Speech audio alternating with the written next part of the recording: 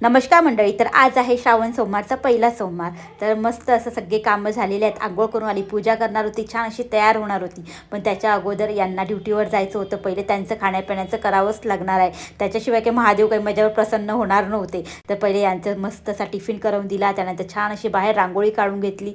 मस्त अशी क्रीम कलरची साडी वेअर केली आणि मग पूजेला सुरुवात केलेली आहे फायनली. तर पूजा वगैरे करून घेतली. त्यानंतर महादेवाला एक वेगळं आसन दिलेलं आहे. माझ्याकडे ना चांदीचं शिवलिंग आहे आणि त्याच्यावरच नागोबा आहे.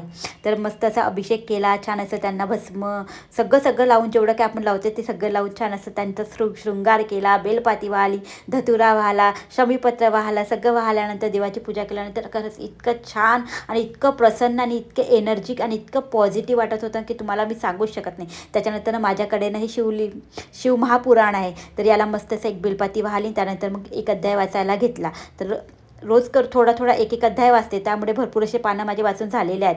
तर आजच्या दिवशी ना मीठ घ्यायची माझी बिलकुल इच्छा झाली नाही. फक्त एक फ्रूट मी खाल्लेला आहे, ॲपल. त्याच्यानंतर मस्त असा चहा पिला आणि मंदिरात आली. मंदिरमध्ये इतकं छान भजन झालं आणि पूर्ण दिवस माझा खूप छान गेला.